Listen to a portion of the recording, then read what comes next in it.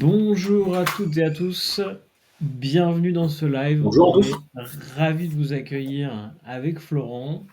Le but de la demi-heure, de la petite demi-heure qu'on va passer ensemble, c'est de vous partager les résultats du baromètre 2021 sur des sujets de prévention, santé, sécurité au travail qu'on a pu mettre en œuvre avec le concours de l'équipe de Florian. Je vais te laisser te présenter Florian juste après. Notre partenaire aussi sur le sujet qui était InfoRisque et donc Team Bakery qui est la société que j'ai cofondée. Avant de rentrer dans le détail, on va vous saluer, vous proposer de vous présenter dans le chat. Alors sur ce LinkedIn Live, il y a un chat qui normalement doit être par là. Donc n'hésitez pas à nous dire d'où vous vous connectez aujourd'hui. S'il y a une thématique particulière qui voulait qu'on adresse. L'enjeu, ça va être effectivement de se présenter un petit peu la démarche, les chiffres clés, les enseignements clés qu'on a pu avoir au cours de, de cette enquête qui a duré quasiment 6 mois. Alors, on va vous expliquer tout ça, vous donner quelques chiffres clés, puis vous donner aussi accès à l'intégralité des données, puisque les personnes qui nous ont répondu, il y en a plus de 400, 442 acteurs de la prévention en entreprise qui ont répondu, nous ont permis de donner accès à leur ressenti, leur retour sur la prévention en entreprise aujourd'hui. Avant de commencer, on va se présenter. Florian, je peux te laisser te présenter Heiser. Avec plaisir. Toujours être premier, c'est toujours mieux. Florian Rehen, donc du coup, je suis cofondateur d'Aizar. En 2 mots, enfin, on va dire 2 mots, mais du coup, Aizar, c'est une entreprise qui développe des solutions digitales pour la prévention des risques. Donc globalement, solutions de collecte de données et de remontée. On abordera ça aussi au terme des résultats de l'enquête. Et puis, on fait de l'analyse vidéo pour la prévention des risques de manière générale. Donc, voilà pour en dire 2 mots sans forcément trop s'étayer sur le sujet. Ok, et donc moi je suis Baptiste Bénézé, je suis le cofondateur d'une société qui s'appelle Team Bakery, dont la mission au sens large est d'aider les équipes à mieux travailler ensemble. On a beaucoup de sujets sur le management opérationnel et il se trouve qu'on a, notamment grâce à nos premiers clients, créé un produit qui s'appelle la Prévention Box, qui aide des managers à animer des causeries prévention sur le terrain. Donc on a la chance de travailler avec des gens comme SNCF, comme Enedis, notamment sur ces sujets-là, et de se dire, bah tiens, comment on peut transformer de la formation qui peut être un peu théorique, un peu descendante, en moment d'échange avec son équipe pour trouver l'action de prévention, en tout cas le réflexe à cultiver avec mon équipe pour que ça se passe bien tous les jours sur le terrain.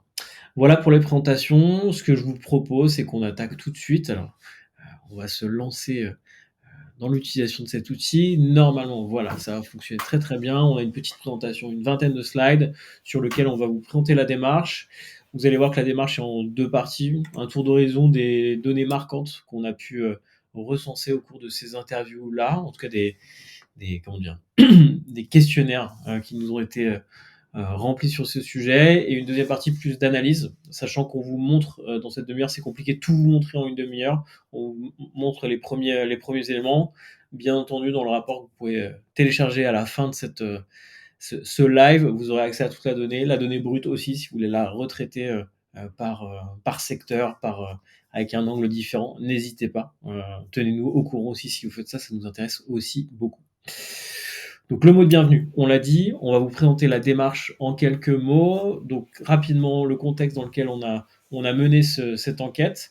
On a analysé des données récoltées autour, je vous l'ai dit tout à l'heure, de 442 acteurs de la prévention d'entreprise entre le 20 juillet 2021 et le 31 décembre 2021. Il faut savoir qu'en 2021, les acteurs de la prévention en entreprise, que ce soit les directeurs de prévention, des préventeurs sur le terrain, des managers opérationnels, elles et ils ont été en première ligne pour piloter, mobiliser, outiller. Alors, je ne sais pas si on s'en souvient tous, mais les phases de confinement et des confinements successifs des organisations en France. Nous, ce qui nous a semblé intéressant, c'est dans la lignée de la première édition qu'on avait fait déjà en 2020, on s'est associé à nouveau avec InfoRisk et Heiser pour lancer une deuxième édition de cette grande enquête. Et vous verrez dans le rapport qu'en réalité, on va vous donner les chiffres 2021, on va aussi vous faire le comparable avec l'année 2020. L'objectif pour nous aujourd'hui, c'est de partager une cartographie nationale des enjeux de prévention en termes de risque, en termes d'organisation et en termes de ressenti des équipes. L'idée derrière ça, c'est de vous aider, vous, responsables, sur le terrain, à profiter de cette visibilité liée au contexte, qui est le contexte sanitaire qu'on a tous vécu. Alors, même si là, on est dans une phase de relâchement assez importante, et tant mieux d'ailleurs, pour transformer durablement la culture de la prévention au sein de vos organisations. Voilà un petit peu pour l'idée. Je vais prendre la première partie, Florian fera la suivante. Si vous avez des questions, si vous avez des remarques, n'hésitez pas à les poser dans le chat. Sinon, on restera disponible aussi enfin s'il y a des questions qui arrivent en cours de route. Donc un premier tour d'horizon. La première question qu'on a posée aux personnes qui ont bien voulu nous répondre, en tout cas qui ont participé à cette enquête, c'est qu'est-ce qui vous anime dans votre rapport à la prévention? Et en fait, on se rend compte qu'il y a un trio de tête qui sort dans les analyses, puisqu'effectivement, on a en premier lieu la volonté de protéger les personnes. Ensuite arrivent les aspects transverses de la fonction, parce qu'effectivement, on a souvent des responsables de prévention qui ont un scope transverse qui aide à la fois des populations de bureaux, des populations dans des usines, des populations dans des chaînes de montage, donc de la logistique aussi, et qui a une couverture assez globale. On touche à pas mal de métiers derrière ça. Le second point, le troisième point, c'est le contact aussi avec le terrain, qui est souvent, alors souvent on a des publics qui sont aussi d'anciens opérationnels, donc c'est intéressant de remarquer ça. Et enfin, effectivement, la dimension terrain en tant que telle arrive en quatrième. Ensuite, la seconde question qu'on a posée, on voulait avoir le ressenti des personnes qu'on a interrogées sur, pour vous, c'est quoi l'objectif principal d'une démarche prévention en entreprise?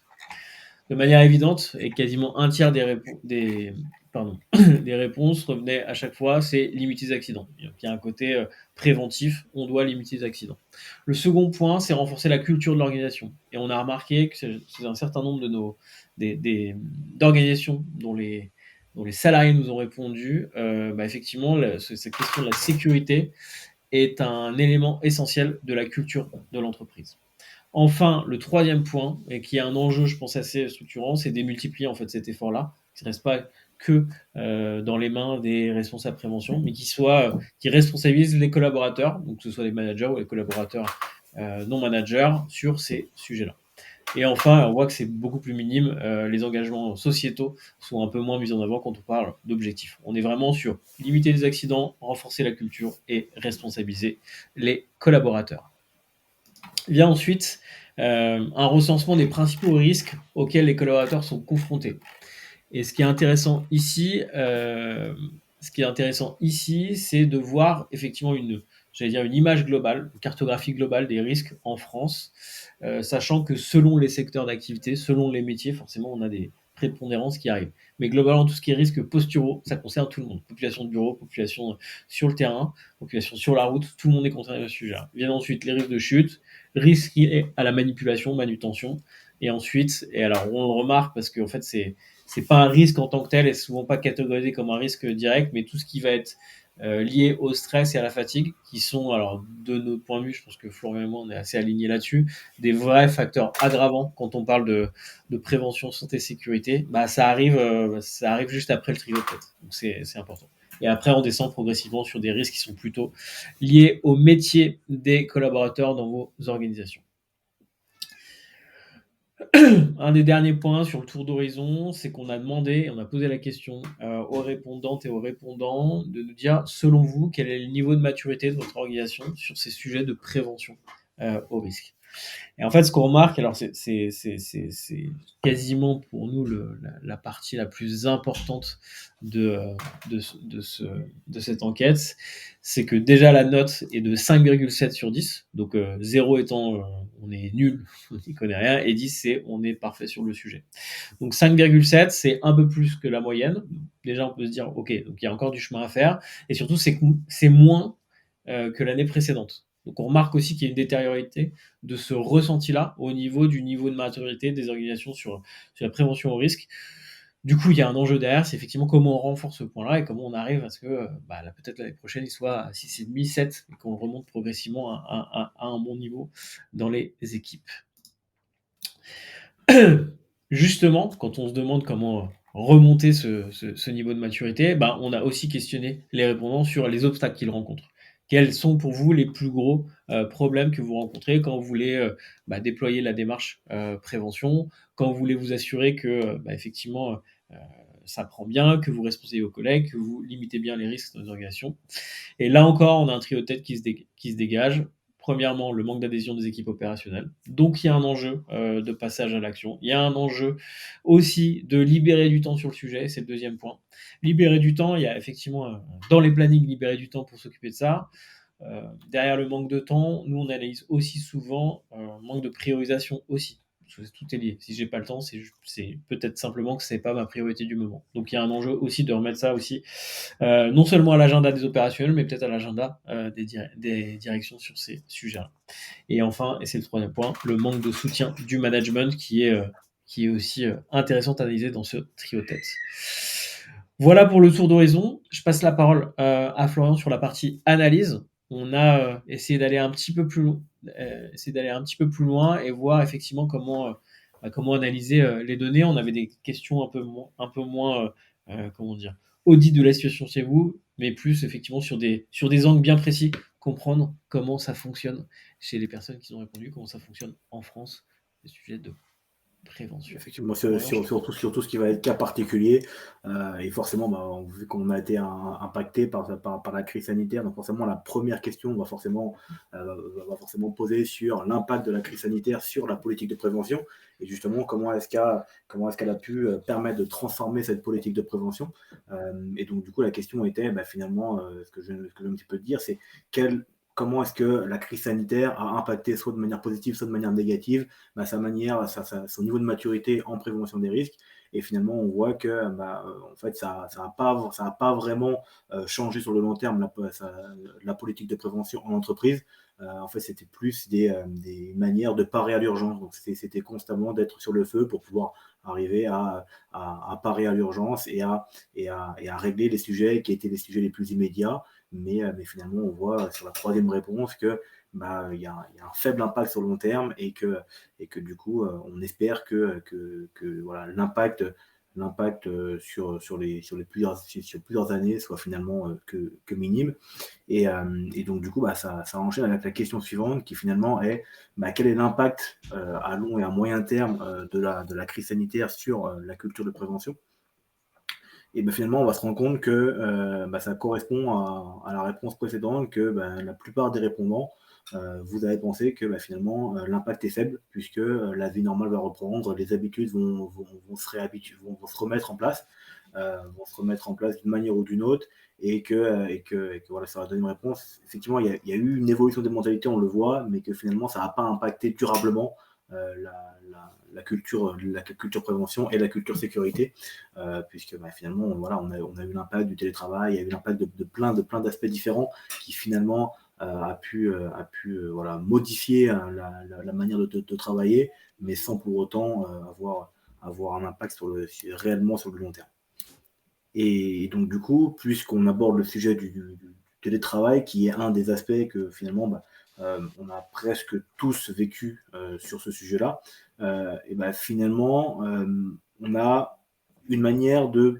Alors, évidemment, une réponse à prendre avec des pincettes, puisque bah, finalement, par rapport au secteur d'activité, par rapport à la taille de l'entreprise, par rapport à la maturité sur le sujet, et bah, finalement, voilà, les réponses sont un petit peu à prendre avec des pincettes et peut-être à recroiser avec les différentes données pour justement pouvoir voir quel est le cas dans votre secteur d'activité, pour votre taille d'entreprise. Mais finalement, on remarque qu'il y a eu peu d'impact, puisque déjà les habitudes étaient pas forcément mises en place. Il y avait peu de travail à distance, mais il y a déjà eu il y a eu peu d'impact sur le sujet. Et la deuxième réponse, on est sur site, donc il y avait moins d'accidents forcément, plus de flexibilité sur les sujets, et donc du coup, bah, l'impact négatif, ça fait peu ressentir. Ça fait peu ressentir en entreprise, du moins sur l'aspect prévention, santé, sécurité. On a peu d'impact et ça a été ce qui a permis de limiter un petit peu cet impact-là. Ça a été tous les outils digitaux, donc Baptiste le disait en intro, mais le fait de pouvoir outiller les différentes phases de confinement, de déconfinement, les modifications d'organisation, et ben finalement, ça a permis de pouvoir passer cette période d'une manière un petit peu plus sereine que si on n'aurait pas pu avoir ces différents outils. Et on le voit clairement quand on pose la question de bah, finalement, comment est-ce que les outils numériques et la digitalisation a pu vous aider au quotidien pendant cette période-là? Et ben finalement, on voit que les trois premières réponses, on va dire le top 3 des réponses sont quasiment à l'unanimité. Bah, finalement, toute la partie pilotage, collecte de données. Donc, on revient encore une fois sur tout ce qui va être les tâches à faible valeur ajoutée, les tâches assez chronophages, tout ce qui va être gain de temps, sont les réponses qui sont les plus qui ressortent les plus de manière assez significative. Et puis après, on va voir tout ce qui va être bah, comment est-ce que finalement j'ai déjà certains outils, comment est-ce que finalement je peux aller encore plus loin pour simplifier les processus, pour impliquer encore plus mes collaborateurs, pour avoir des formations plus dynamiques, plus intéressantes, plus à même du terrain. Et finalement, on va revoir voilà, sur la fin du tableau, bah, finalement, comment est-ce que je peux aller encore plus loin sur l'utilisation d'outils numériques et de digitalisation sur la politique de prévention. Et il y a eu aussi forcément un autre facteur qui joue beaucoup et qui a un vrai impact sur la maturité de prévention de manière globale, pas forcément sur l'aspect digital. Ça va être les réseaux internes d'ambassadeurs, où finalement on voit que bah, la réponse est assez claire pour le coup. On a alors, pas loin de 50-50, le fait d'entreprises qui vont utiliser un réseau interne d'ambassadeurs prévention justement pour pouvoir aller plus loin dans l'implication des collaborateurs, pour pouvoir faire passer des consignes, voilà, pour pouvoir se transformer et puis pour pouvoir avancer sur une politique de prévention plus durable. Et finalement, on verra après dans les réponses après, mais finalement, on voit qu'il y a un réel impact et que couplé aux outils digitaux, que couplé à toutes les réponses qu'on a abordées précédemment, que finalement, ça a permis de passer un petit peu plus sereinement cette période-là. Et que Ça, finalement, c'est bah, c'est hyper intéressant ce que tu dis, Florian. Juste pour préciser, ce qu'on appelle nos réseaux d'ambassadeurs, c'est des relais prévention sur le terrain. Et on remarque effectivement, alors c'est souvent, l'année dernière, on avait remarqué que plus l'entreprise est grande, plus il y a cette logique effectivement d'avoir des ambassadeurs sur le terrain. Vous verrez, alors je crois qu'on l'a pas mis là, dans la présentation qu'on a préparée, mais on remarque que c'est en train de se lisser. C'est-à-dire qu'on se rend compte maintenant que même des entreprises intermédiaires commencent à mettre en place la logique de réseau. Il y a une raison simple, et je pense qu'elle est hyper bien illustrée là. Alors, je t'ai un peu coupé la parole, mais juste pour présenter, la petite ligne en pointillé, on a remis la note moyenne qu'on avait observée tout à l'heure, donc le 5,7, et on remarque qu'il y a un vrai différentiel, qu'on ait un réseau d'ambassadeurs ou non. Euh, voilà. Mmh. Et forcément, bah, voilà, ça commence voilà, à pouvoir, en fonction de la taille de l'entreprise, on va pouvoir shifter un petit peu comme ce que tu dis. C'est finalement, on voit qu'il y a une amélioration sur le sujet et que bah, il y a de plus en plus d'entreprises qui vont utiliser des relais terrain pour à la fois pour collecter de l'info sur le terrain, mais aussi l'inverse, pour pouvoir en envoyer vers le terrain de manière plus efficiente. Et donc forcément, bah, comme tu dis, ça permet de le faire ressortir ici, bah, puisque voilà, on voit que l'impact de la maturité en fonction de la présence ou non d'un réseau d'ambassadeurs, eh ben, pour le coup, il est assez significatif. Hein. On voit que l'apport est assez flagrant et ça a tendance voilà, à se rattraper un petit peu, à s'équilibrer entre les deux éléments que vous pouvez voir ici. Et le Ça, second, vas-y, je te laisse avancer, si tu veux. non, non, mais non, non, c'était juste faire une introduction. En fait, on a aussi essayé de comprendre, parce qu'effectivement, le chiffre de maturité nous questionnait. Et on disait, bah tiens, en fait, essayons de voir s'il n'y a pas un ressenti différent selon la fonction dans l'organisation. Et alors, je vais essayer de mettre ça de manière plus grande. Je ne sais pas si on va mieux le voir là. Ouais, on voit un petit peu mieux. On Effectivement, remarque on se effectivement, ressentir un petit peu mieux, ouais. ouais, selon le poste, on n'a pas du tout le même ressenti. Euh, On a, c'est intéressant de voir que selon sa position aussi dans l'organisation, on n'a pas le même ressenti. On voit que les gens qui sont sur le terrain et en charge du sujet sont, alors je ne sais pas si on dit les plus pessimistes ou les plus réalistes, je ne sais pas quel est le bon terme là-dessus. En tout cas, c'est plutôt ceux qui donnent les notes les plus basses en réalité. En disant, bah oui, enfin, on sait qu'on a du boulot à faire là-dessus. On trouve les opérationnels à peu près au même niveau. Et effectivement, les directeurs ont alors je sais pas si c'est l'impression de bien faire, je sais pas comment interpréter ce point-là, mais effectivement, il y a une vraie différence d'approche sur ce sujet-là, qui nous semble aussi intéressante à mettre en exergue dans ce baromètre. Il y a un enjeu, je pense, de communication. Peut-être que les besoins entre les différents postes est également différent. Je pense qu'aussi l'évaluation du niveau de maturité, quand on est un opérationnel, bah, finalement, on n'a peut-être pas les mêmes attentes qu'un directeur ou qu'un manager sur le sujet, ce qui peut aussi expliquer que finalement, on a un ressenti différent sur le niveau de maturité. En fonction de son rôle, les besoins sont forcément différents, donc il y a forcément un impact en termes d'outillage, en termes de manière de faire qui forcément a un rôle à jouer dans les réponses qu'on apporte à la question. Hyper clair. Hop, on avance. Voilà. Alors pour aller plus loin, merci beaucoup Florian pour les premiers insights. On vous a donné un aperçu de ce que vous allez trouver dans le rapport complet. Du coup, je passe directement à la suite et aux choses concrètes. Je vais vous mettre dans le chat un lien pour télécharger gratuitement directement le rapport complet. Donc vous retrouverez des éléments qu'on a mis, qu'on a mis là dans la présentation qu'on a préparé. L'enjeu derrière, c'est qu'effectivement, en téléchargeant ce rapport, vous aurez accès à tout le contenu, à toute la donnée, à plus d'insights aussi. On a essayé de recroiser d'autres éléments pour faire parler ces données-là. L'enjeu, encore une fois, c'est de donner une cartographie la plus accessible possible, que vous puissiez la réutiliser pour en parler en interne aussi, pour essayer aussi peut-être de défendre certains projets, de faire avancer certains projets.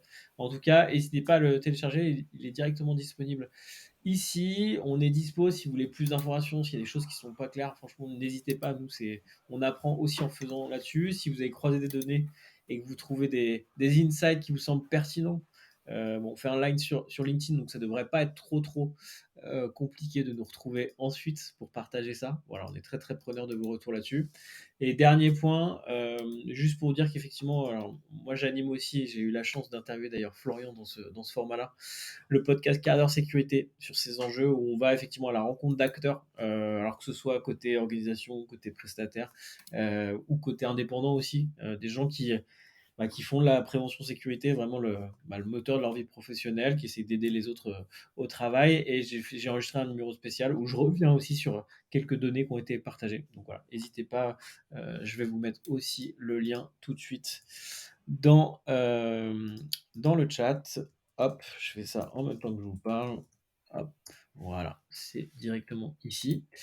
Écoutez, je pense que c'est bon pour nous. On n'est pas très nombreux, donc s'il y a des questions, on les prend avec plaisir. Sinon, en asynchrone, quand vous regardez ce replay, n'hésitez pas à nous envoyer un message, on y répond avec grand plaisir. N'hésitez pas aussi à nous donner du feedback sur le baromètre. Excusez-moi. Ce que je voulais juste ajouter, je voulais te remercier, Florian, d'avoir été avec nous sur le sujet. Remercier aussi les équipes InfoRisque, parce que grâce à eux aussi, on a pu toucher un public assez large. Vous dire qu'on prépare la suite. Il va y avoir une édition 2022 avec certaines données qui vont rester les mêmes, parce qu'on trouve que c'est intéressant de les suivre dans la durée. D'autres données, je pense qu'on va continuer sur le sujet numérisation. On va essayer aussi de voir effectivement comment se matérialise vraiment cette sortie de crise, parce que les données qu'on vous a données, vous avez vu, c'était les 6 derniers mois de l'année dernière.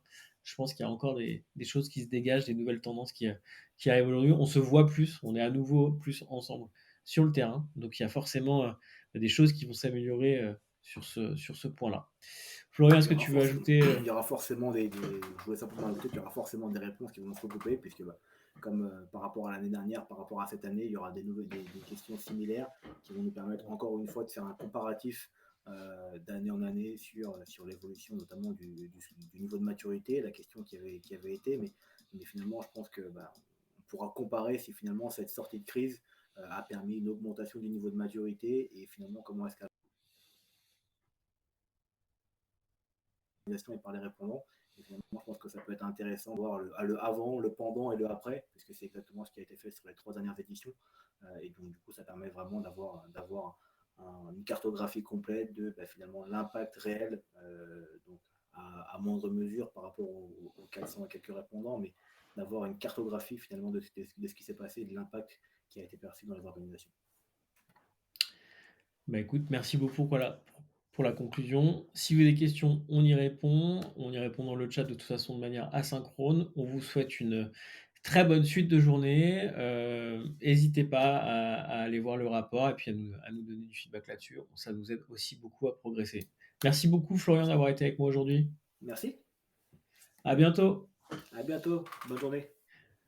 Hop.